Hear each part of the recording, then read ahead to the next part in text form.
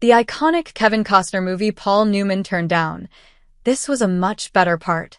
Every actor who grew up watching Paul Newman on screen would have loved nothing more than to work with the legendary star who helped define an era, and Kevin Costner was no different. Even though he was raised on a steady diet of John Wayne and John Ford westerns, which goes without saying based on his evident love for the genre, Costner was one of many enamored by Newman's piercing blue eyes and effortless command of his craft. They eventually got the chance to work together, but it wasn't Costner's first attempt at acquiring his services. The results were hardly spectacular, though.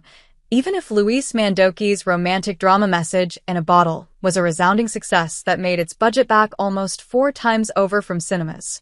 Costner earned a Razzie nomination for Worst Actor, although the casting of Newman as his old man was inspired.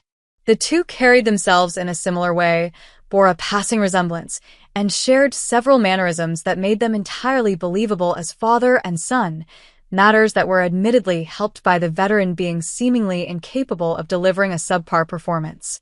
That wasn't even the first time Costner tried to convince Newman to play his dad, and it would have happened in a much more memorable film. Then again, does anyone really remember too much about The Bodyguard other than a couple of scenes and Whitney Houston's all-conquering cover of Dolly Parton's I Will Always Love You?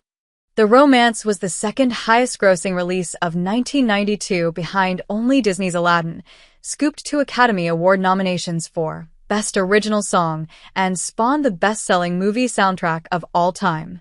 On the other side of the coin, it notched 7 Razzie nods, including Worst Picture, Worst Actor, and Worst Actress. Anyone who recalls off the top of their head that character actor Ralph Waite, who'd co-starred with Newman 3 decades previously in Cool Hand Luke, played Herb Farmer, the father of Costner's Frank, can call themselves a Bodyguard superfan. Hardly a memorable gig, but the leading man initially had his sights set unreasonably high.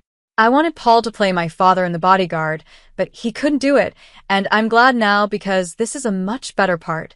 Costner admitted once he'd finally checked it off his to-do list. He's just great.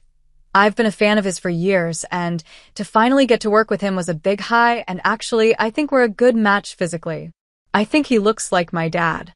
Presumably, Newman would have taken 3rd billing behind Costner and Houston had he signed on for The Bodyguard. Waite was listed 4th in the credits, and who ultimately ended up taking that spot behind the 2 leads. Gary Kemp of Spandau Ballet in his Hollywood debut, obviously.